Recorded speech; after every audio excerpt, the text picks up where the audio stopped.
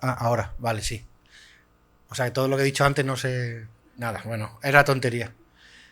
Eh, lo que le quería, que las evaluaciones se han hecho por 12 evaluadores, prácticamente estaban representados casi todos un representante de los grupos de investigación.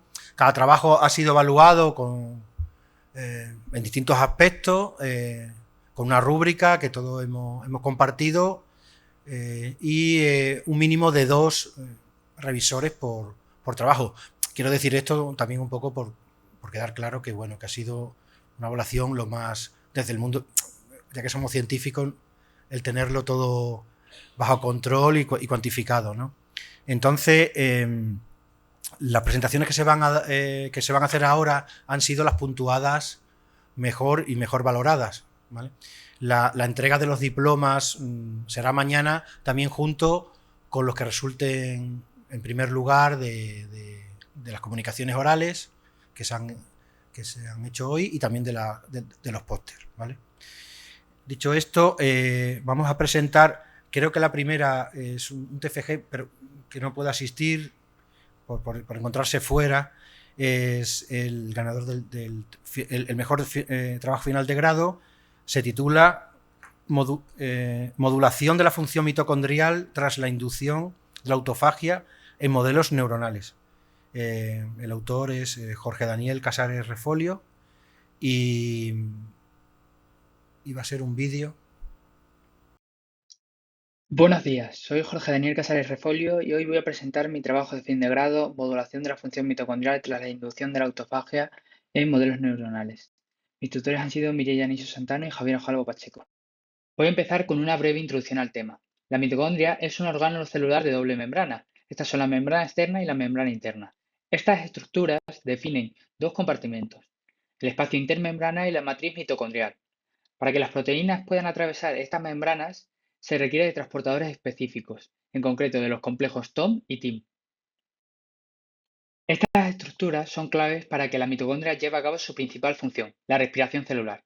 En este proceso oxidativo se va a generar energía en forma de ATP. Las etapas de la respiración celular que tienen lugar en mitocondria son el ciclo de Krebs, la cadena de transporte de electrones y la fosforilación oxidativa.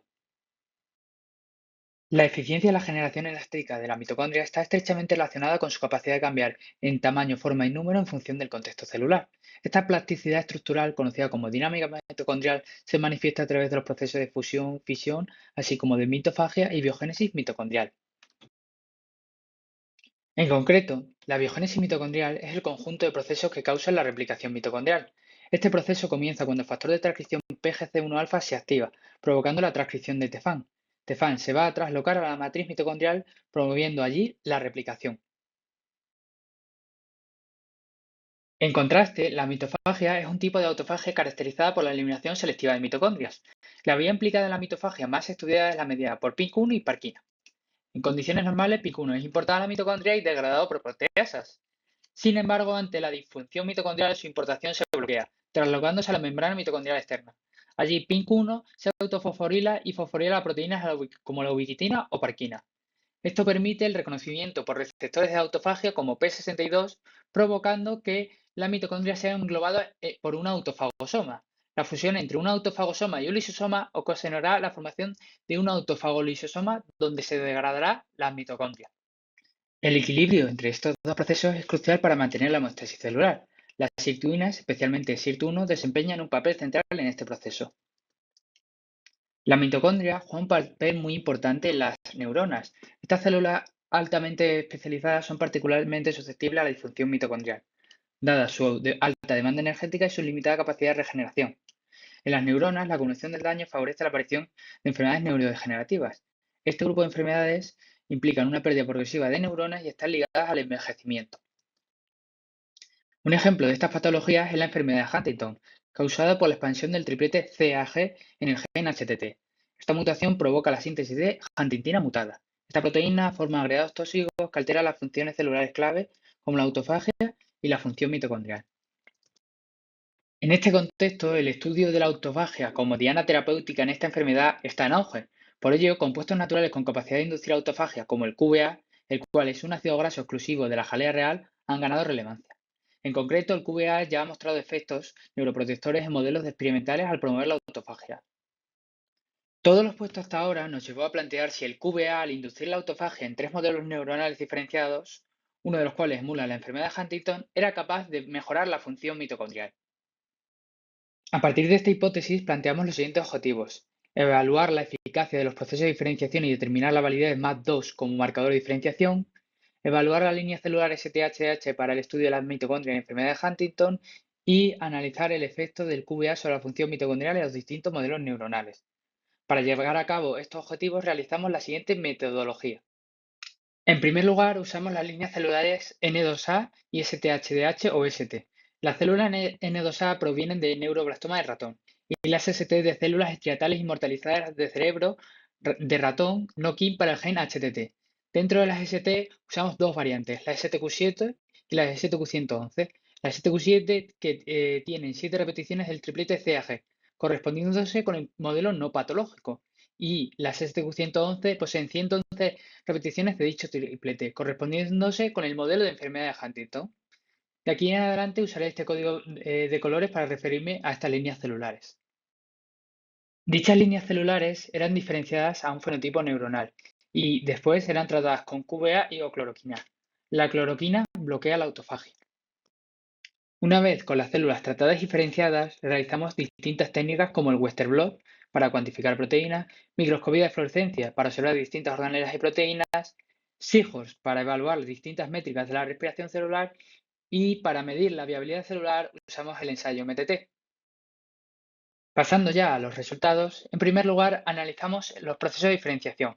En N2A, el análisis morfológico muestra el desarrollo de neuritas y una mayor interconexión.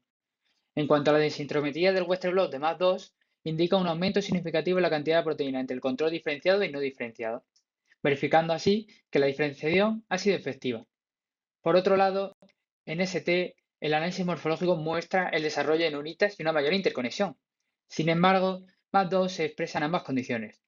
En base a esto, sería conveniente buscar marcadores más adecuados para validar el proceso de diferenciación en ST. En cuanto al efecto del QVA en las células N2A, el análisis de los niveles de proteína por Western blot destacó la bajada significativa en los niveles de TOM20 frente al control. Por su parte, en el análisis metabólico por SIGOS destaca una bajada de los niveles de ATP. Estos dos resultados nos llevaron a pensar que podría haber una pérdida de masa mitocondrial funcional. En conjunto con el aumento del consumo del oxígeno no mitocondrial, estos resultados podrían estar ligados a un efecto tóxico del QVA. Sin embargo, este escenario ya fue descartado por Martínez, Chacón y colaboradores. Otro escenario que planteamos a falta de más experimentos que sería que la reducción de la producción de ATP fuera la causante de la activación de procesos autofágicos.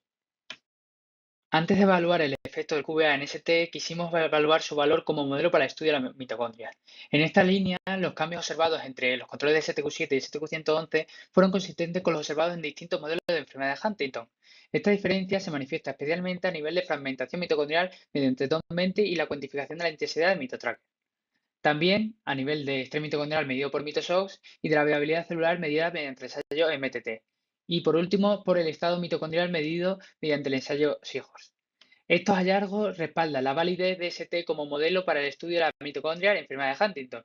Una vez evaluamos la validez del modelo, nos centramos en el efecto QVA sobre las ST. Empezamos midiendo mitotracker como marcador de masa mitocondrial y mediante Western blot medimos algunas proteínas de la respiración celular y TOM20 también como marcador de masa mitocondrial. El tratamiento con distintas concentraciones de QVA muestra una tendencia a disminuir en la cantidad de proteína en presencia de QVA, en especial en el modelo sano.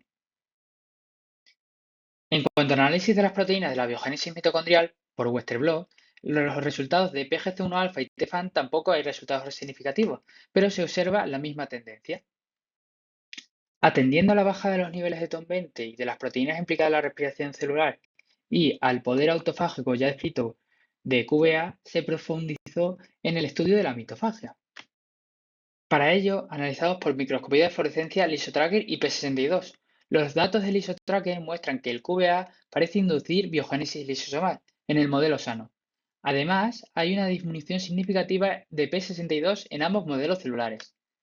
Por Western blot medimos los niveles de SIRT1, PINK1 y ubiquitina fosforilada de la serina 65. vimos un aumento de los niveles de SIRT1 y PIK1 y una ausencia de variación en los niveles de ubiquitina fosforilada de la serina 65. En base a esto y a falta de más experimentos, el tratamiento con QBA parecía inducir la mitofagia en el modelo no patológico.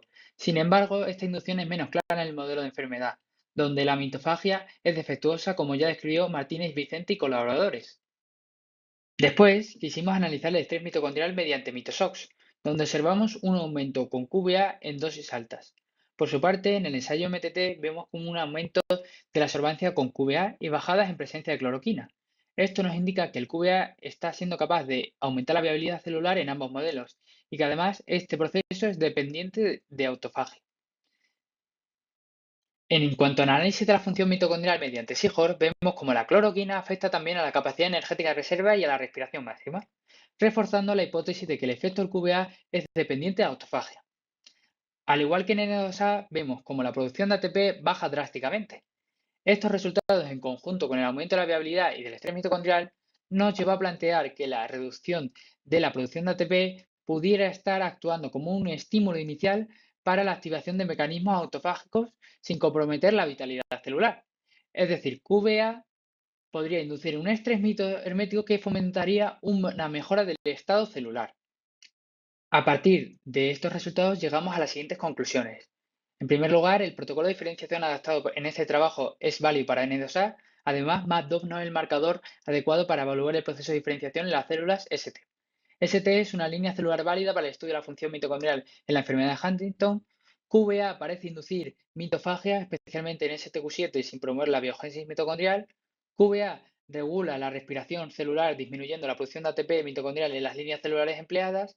Y por último, el proceso de la autofagia inducido por QBA en ST es importante para el metabolismo mitocondrial y, en consecuencia, para la viabilidad celular.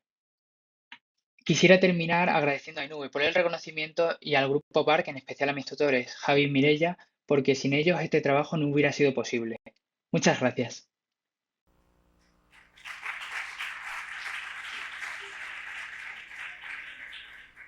Bueno, muchísimas gracias. Su grupo que le extienda o que le grabe los aplausos. A ver, como vamos justito así de tiempo, hemos pensado que lo mejor es que se hagan las tres presentaciones. Iba a decir lo más rápido posible, pero bueno. Pero que luego haya una ronda de preguntas final, ir pensando o anotando si tenéis alguna cuestión o pregunta y la haremos todas al final para que sea un poco más dinámico. Se presentan ahora las tres y luego hay una ronda de preguntas que le quieran hacer a alguno de los trabajos. Pasaríamos ahora al mejor trabajo al trabajo final de máster titulado Estudio exploratorio sobre la relación entre variables antropométricas de composición corporal de los efectos adversos de una muestra de pacientes con cáncer colorectal en el tratamiento antineoplásico activo, que lo presenta Luis Enrique Sánchez Diestro.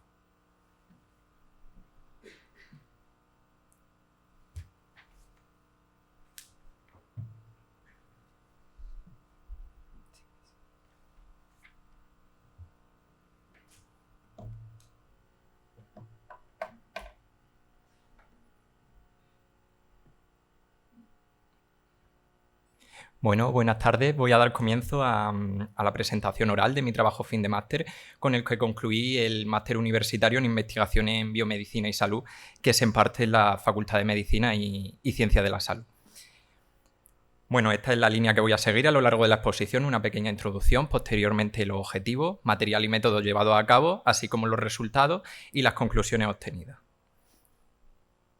Bueno, ni que decir tiene que el cáncer es una patología cada vez más frecuentemente diagnosticada. En Europa se diagnostican todos los años en torno a 2,6 millones de casos, de los cuales en España se diagnostican en torno a 300.000 casos por año, encuadrándose como el cáncer con mayor número de casos de nuevo diagnóstico, tanto en población femenina como masculina, si lo unimos, el cáncer colorectal, superando ese cáncer de pulmón y de mama.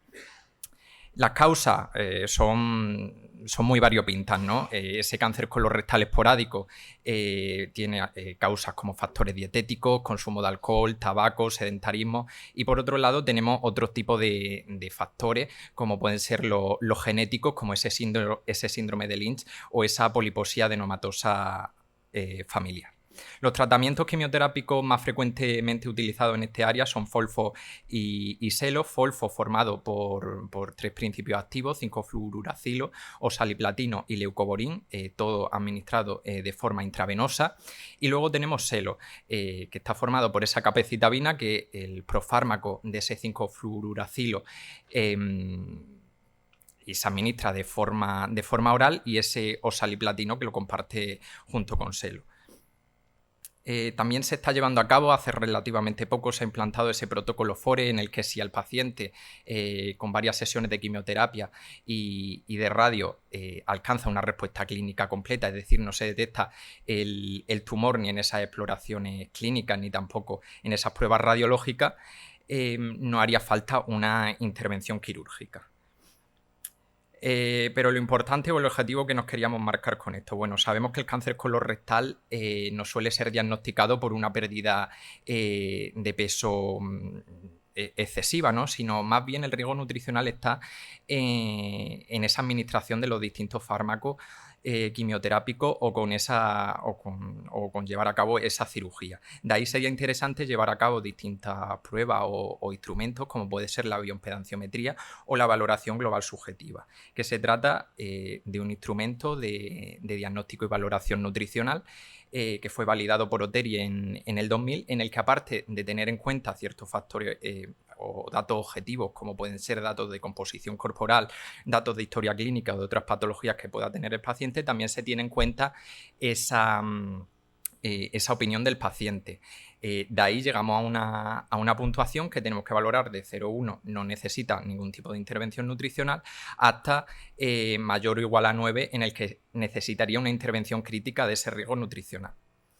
En cuanto a los objetivos que nos hemos marcado, pues ver ese estado nutricional y si necesitan este tipo de pacientes algún tipo de intervención nutricional con esa valoración global subjetiva, así como ver si hay ciertas diferencias entre Folfos y Selo, además de ver si hay significación estadística en algunos datos de composición corporal con respecto al tipo de tratamiento que se esté aplicando, ya sea adyuvancia, neoadyuvancia, combinación de ambos o cirugía.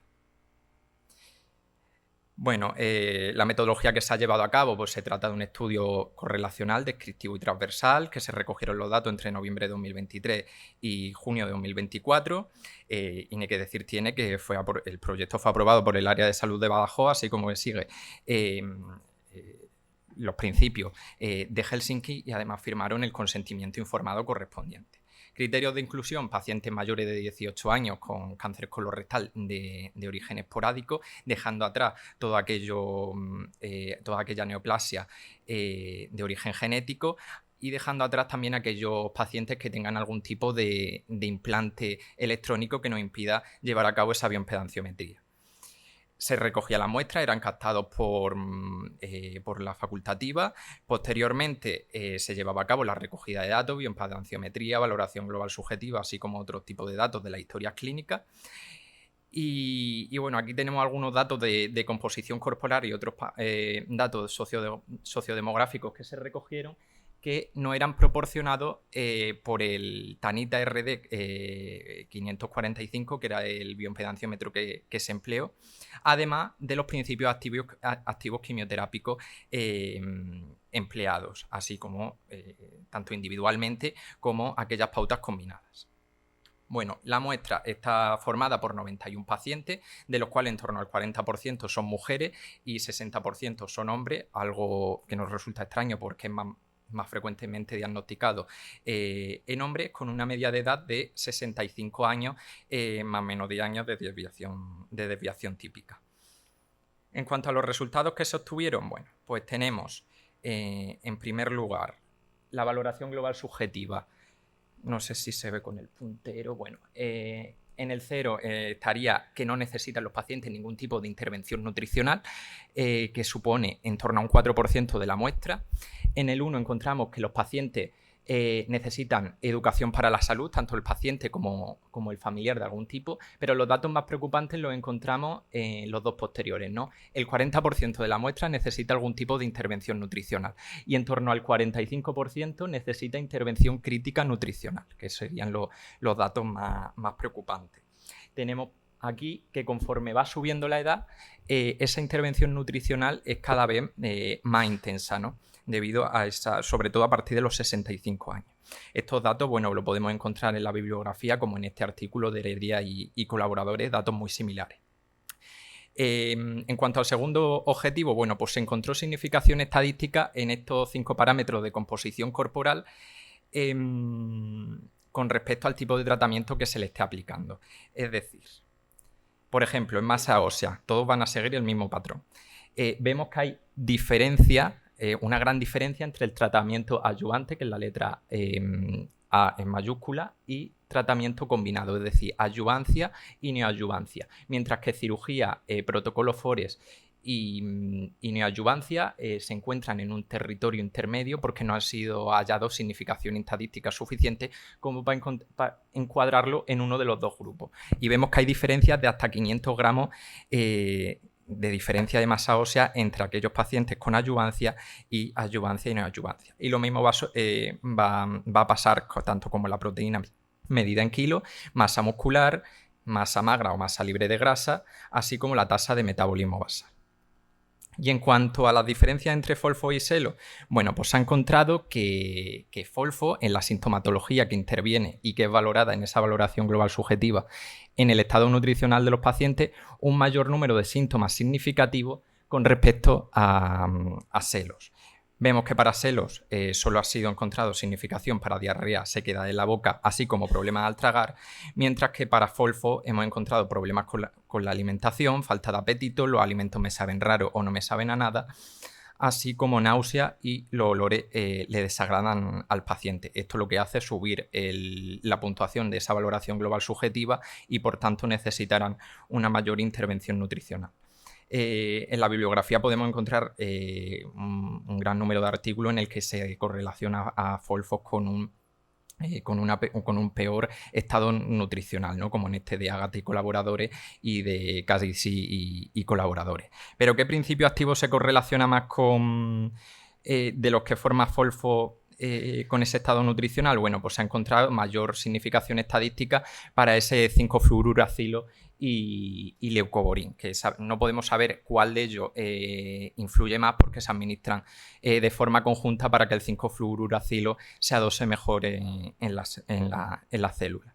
Y bueno, y os preguntaréis si la capecitabina es un profármaco del 5-fluoruracilo, ¿por qué no influye también SELOS negativamente como lo hace FOLFO? Bueno, pues diversos estudios, como en este de Semper y colaboradores, se ha visto que la capecitabina se tolera mejor, seguramente sea porque se administra de vía oral, que por ejemplo el 5-fluoruracilo.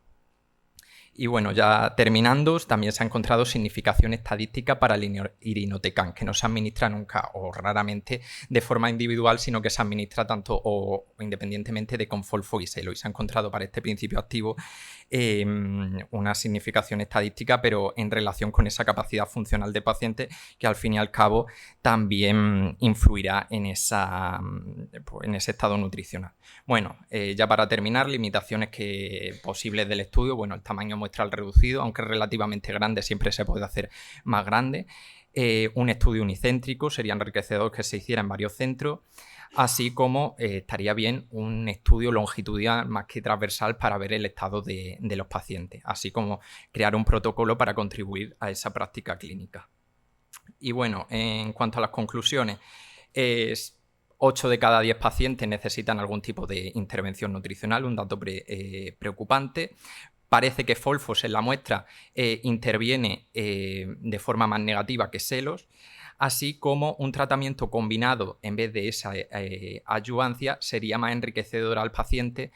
Y esto en la bibliografía suele explicarse porque la cirugía del cáncer colorectal es una de las más agresivas, por lo que si preparamos al paciente con una quimioterapia anterior a esa cirugía, el estado nutricional sería más óptimo.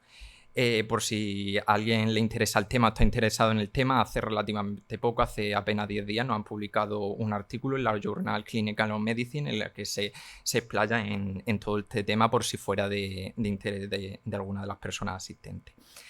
Y con esto finalizaría mi presentación y no quería terminar sin agradecerle a las personas que me han acompañado en este proceso, como puede ser la doctora Macías, así como el doctor Guerrero, coordinador del grupo con el que he hecho todo este proyecto, y estaría. Muchas gracias.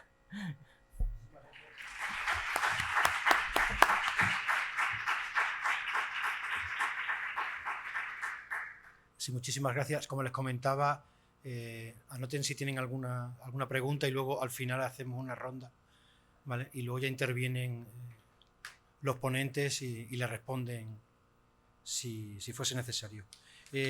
Pasaríamos ahora a la que ha sido calificado también como la mejor tesis doctoral presentada, ¿vale? Titulada Caracterización físico-química y comportamiento microbiano de biomateriales de aleaciones de magnesio tratados con electrodeposición por purificación Tamurejo Alonso.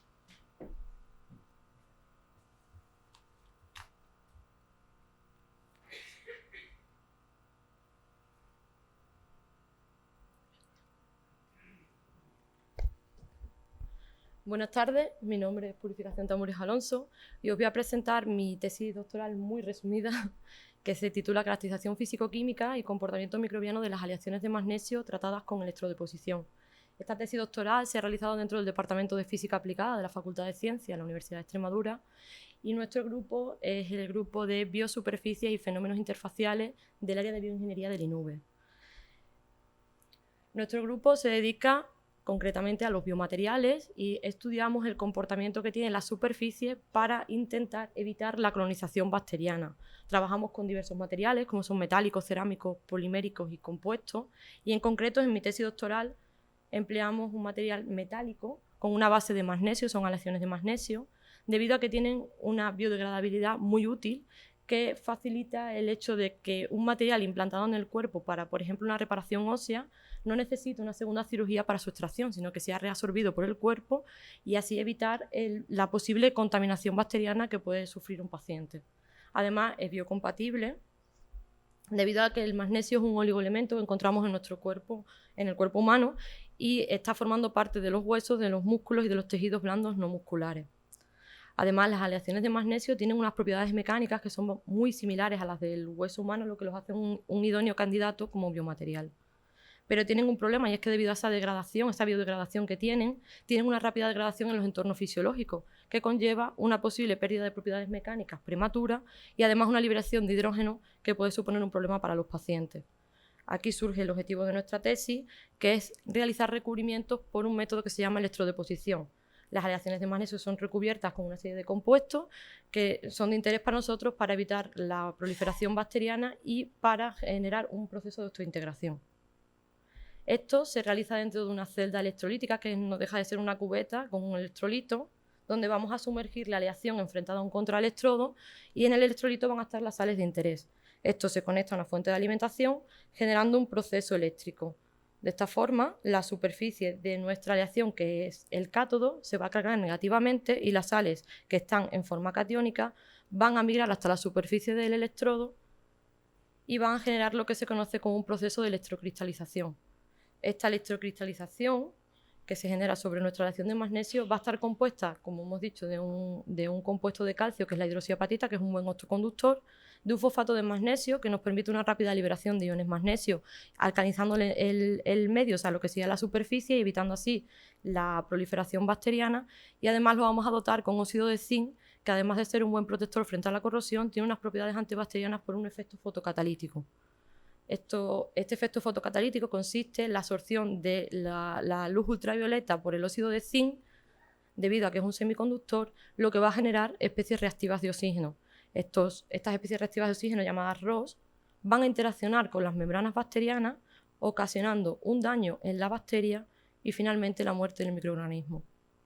Todo esto tuvimos que fabricar nuestras celdas electrolíticas empleando materiales del laboratorio y una impresora 3D, y pudimos generar una cantidad de muestras mucho mayor cuando conectamos diversas celdas en serie para poder solventar un poco la problemática de tener muchas muestras para los diversos experimentos del laboratorio.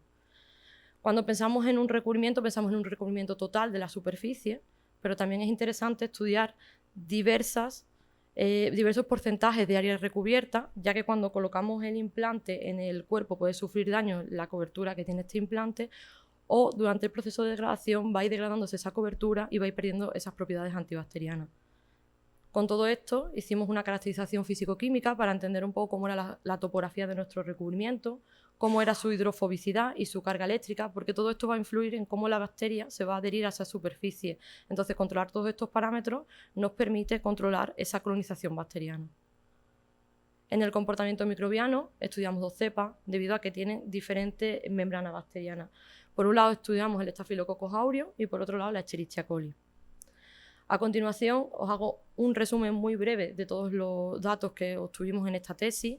En concreto ahora mismo os voy a mostrar el 100% de recubrimiento sin haber sido expuesto a la radiación ultravioleta y vamos a ver qué ocurre en el porcentaje de daño de bacterias adheridas a la superficie. Teníamos un 24% para Staphylococcus aureus y un 32% de daño para la Escherichia coli. Para las bacterias que estaban en estado plastónico, es decir, estaban cercanas al recubrimiento pero no habían llegado a la superficie, teníamos un 64% para Staphylococcus aureus y un 53% para la Escherichia coli.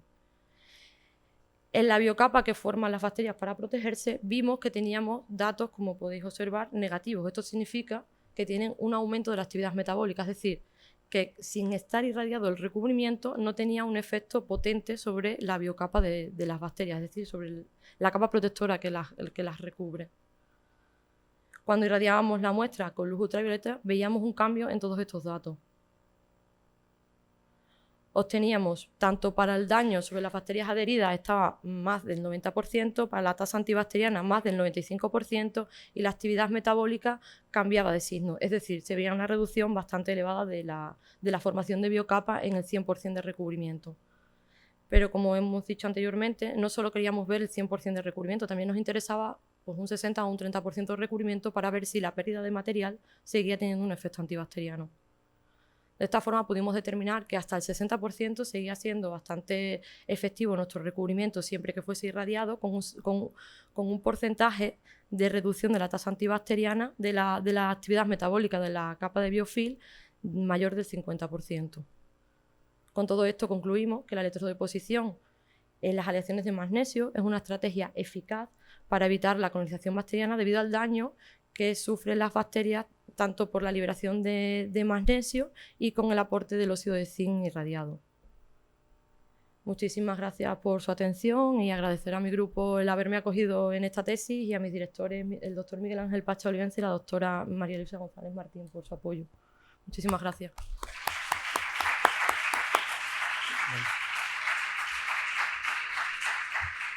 Muchísimas gracias y felicidades porque comprimir una tesis en este tiempo, ya digo, es complicado. Y bueno, ya para finalizar, vamos a escuchar la presentación del mejor trabajo científico de los que se presentaron. Afro-Latin American Pharmacogenetics of C2 Disease, C2C9 and C219 in Dominicans, a study from the Ribes-Ceiba Consortium. Lo presenta Carla González de la Cruz.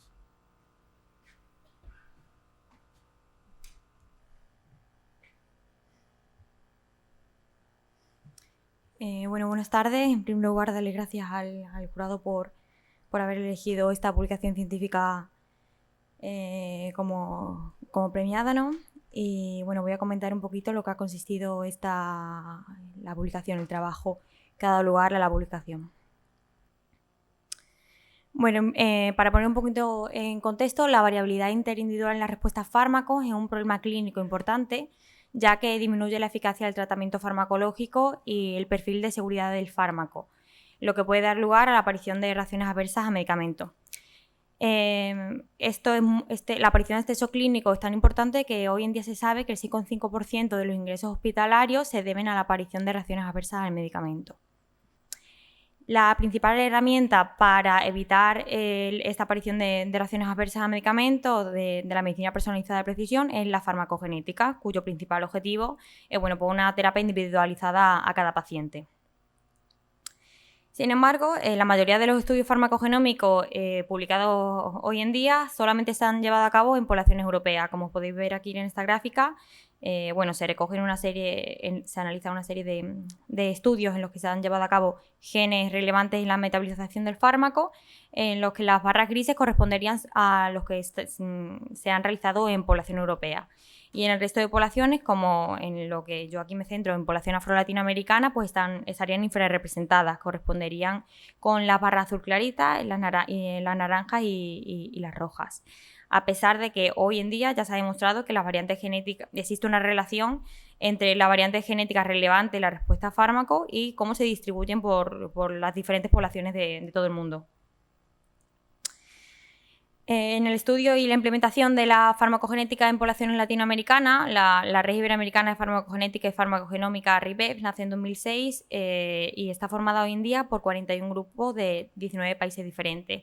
Hoy en día ha genotipado de las principales enzimas metabolizadoras de fármacos a cerca de 6.000 personas de diferentes países de Latinoamérica, como muestro en la diapositiva. Además del genotipado, se ha analizado la ancestría molecular de cerca de 40.000 individuos de Latinoamérica, en los cuales se ha demostrado que hay 3 grupos principales ancestrales, los que dan lugar a la diversidad de las poblaciones: el componente nativoamericano, europeo y africano. En la gráfica podéis ver el resultado de ese análisis de la ancestría molecular de 30 poblaciones. Las poblaciones 2, 3 y 4, por ejemplo, corresponderían con poblaciones puramente europeas. Las poblaciones 5, 6, 7 hacia adelante correspondería con poblaciones que tienen un alto componente en ancestría nativoamericana, y las poblaciones 27, por ejemplo, pues tienen un alto componente en la ancestría africana. Por lo tanto, conocer la información de cómo se distribuyen las variantes genéticas en la población es importante para guiar el genotipado. La ancestría autodeclarada también se ha estudiado, lo que pasa que no siempre se ajusta al porcentaje de ancestría real de la población, por eso se incluye el análisis de esta ancestría molecular. En cuanto a la base de la variabilidad genética, podemos decir que se basa en la existencia de polimorfismos genéticos que influyen en la respuesta de los fármacos, ¿no? De los genes que dan lugar que codifican a las enzimas principales metabolizadoras de fármacos, transportadoras o dianas. En este caso yo me centro en las enzimas que forman parte del complejo de la fase 1 del metabolismo, concretamente del complejo P450, las cuales metabolizan entre cerca del 40 al 50% de los fármacos utilizados en la práctica clínica, las cuales son CYP6, CYP9 y CYP19. A partir de este genotipado, obtenemos un fenotipo extrapolado en el cual nos va a dar lugar a una predicción de la capacidad metabólica enzimática que tiene el paciente, dando lugar a distintos fenotipos metabolizadores. Como he dicho anteriormente, pues se sabe la distribución de las variantes genéticas cómo se distribuyen en las poblaciones de todo el mundo, ¿no? Voy a poner solamente un ejemplo para no extenderme mucho. En cuanto al gen CYP6, se sabe que en la población europea hay una alta frecuencia de variantes de pérdida de función, como por ejemplo la variante 5, 4 o 41. En población asiática se da con una mayor frecuencia la variante 10. Y en población africana se da con una mayor frecuencia la variante de pérdida de función 17 y 29, teniendo aquí en esta zona la mayor tasa de metabolizadores intermedios. Hasta ahora la RIBEF no se había estudiado en la República Dominicana, por lo tanto el principal tomamos como objetivo de este estudio determinar en esta región la relación entre el componente ancestral afro-latinoamericano y la frecuencia de la variante de genes que están implicados en el metabolismo de diversos tipos de fármacos ampliamente utilizados en la clínica. La metodología que utilizamos en este estudio, el N del estudio son 197 voluntarios sanos procedentes de la República Dominicana, los cuales se les trae una muestra de epitelio bucal, se les trae el ADN y se genotipa mediante qPCR utilizando sondas comerciales Stanman. Se llevan a cabo el genotipado de 11 variantes del gen CYP6, las cuales dan lugar a diferentes estados metabolizadores de la enzima, 5 variantes para el gen CYP19 y 5 variantes para el gen CYP9. Además, llevamos a cabo el análisis de ancestría molecular mediante 90 marcadores informativos de ancestría. Los AIMS son secuencias específicas de ADN que están ampliamente distribuidas en la población y las que tienen una alta frecuencia en regiones específicas. Estos 90 marcadores son los incluidos y los que se han analizado en el resto de poblaciones que habéis visto en las diapositivas anteriores dentro del consorcio CEIBA. Y una vez nosotros obtenemos los resultados de los 90 marcadores en la población dominicana, para saber cuál es el porcentaje de cada individuo, llevamos a cabo una inferencia con unos grupos que nos sirven de control. En este caso, utilizamos para el componente ancestral europeo una muestra de 114 españoles, para el componente ancestral nativoamericano una muestra de 296 nativoamericanos de Perú y para el componente ancestral africano una muestra de 209 africanos de Yoruba. Hacemos una inferencia, como he dicho anteriormente, de nuestros resultados con los grupos controles y así obtenemos cuál es el porcentaje de ancestría molecular de cada individuo analizado. Los resultados que obtenemos, pues, como se ve aquí, bueno, de destacar que este es el primer estudio farmacogenético realizado en la República Dominicana hasta ahora, lo que promueve el estudio de la diversidad étnica de la población y cómo puede servir para la implementación de la farmacogenética y la medicina personalizada de precisión en esta región. Concretamente, obtenemos en cuanto a los porcentajes ancestrales un 42,6% de porcentaje nativoamericano, un 23,8% de porcentaje europeo y un 33,6% de porcentaje africano. He de destacar que esta es la población con un mayor porcentaje de ancestría africana estudiada hasta ahora por el consorcio CEIBA y la red RIBEC. Obteniendo estos resultados, nosotros hipotetizamos que en esta región hay una sobrerepresentación de variantes farmacogenéticas asociadas a poblaciones afrodescendentes. De esta manera obtenemos una frecuencia de distintas variantes, tanto del gen CIO-D6, CIO-C9 y CIO-C19, como muestro aquí, no voy a detallarlas. A partir de estas variantes obtenemos un genotipo para cada individuo y a partir de este genotipo nos basamos en la guía clínica CEPIC para dar lugar a un fenotipo extrapolado. Es decir, nosotros le damos una puntuación de actividad a cada alelo que porta el individuo como predictor de la actividad global de la enzima y así obtenemos el fenotipo extrapolado, que es, como he puesto anteriormente, daría lugar a un fenotipo metabólico lento, intermedio, rápido, ultra rápido o normal. De esta manera, los porcentajes de los distintos metabolizadores que obtenemos para los distintos genes serían los siguientes, destacando un 4,2% de metabolizadores lentos para ácidos D6 y un 3,6% de metabolizadores ultra rápidos. Esto es muy importante tener en cuenta, ya que existen guías clínicas de diversos fármacos en los que, dependiendo del estado metabolizador de la enzima que tiene el paciente, se recomienda hacer diversas directrices, por ejemplo, un cambio a un tratamiento alternativo o un ajuste de dosis. Por poneros un ejemplo, el tamoxifeno, que es un antiestrogénico utilizado fundamentalmente como un agente antitumoral en mujeres que tienen cáncer de mama, se recomienda en los pacientes que son metabolizadores intermedios o lentos no prescribir tamoxifeno y dar un tratamiento alternativo por una posible aparición de reacciones adversas. En el caso del gen CIO-C19 obtenemos una tasa de 3% de metabolizadores lentos y un 1,5% de metabolizadores ultra rápidos.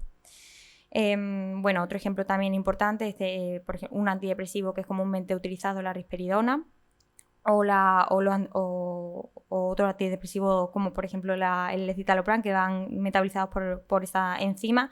Se sabe que si un metabolizador lento se le debe de reducir la dosis un 50% antes de la terapia.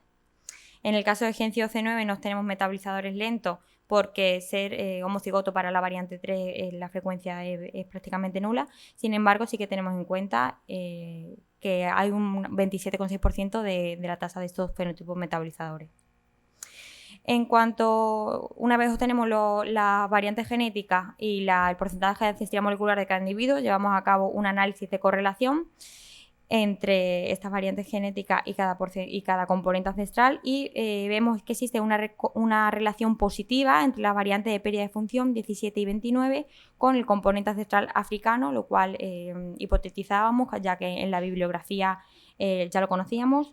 Y con el componente ancestral europeo obtenemos una relación positiva con las variantes también de pérdida de función 35 y 41. En cuanto al gen COC9, vemos que existe una relación positiva con la variante de pérdida de función 2 y 3 con el componente europeo.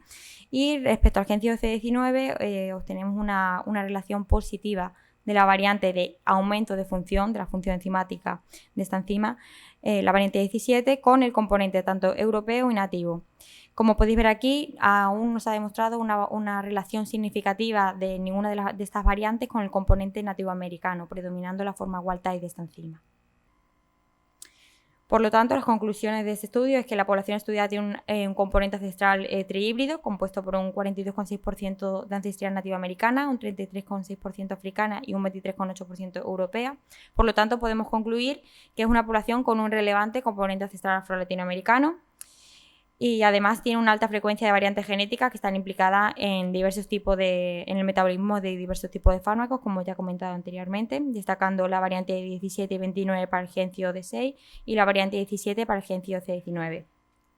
Eso es muy importante tener en cuenta para la creación de paneles genéticos específicos para la población dominicana, que incluya variantes genéticas con una alta frecuencia en la población, con el fin de asegurarnos la prescripción de un tratamiento farmacológico seguro y eficaz.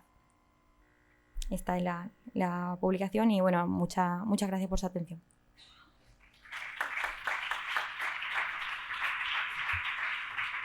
Muchísimas gracias. Y bueno, con esto vamos a concluir. Por favor, si tenéis alguna pregunta para alguna de las tres presentaciones, ¿tienen algún comentario, alguna pregunta?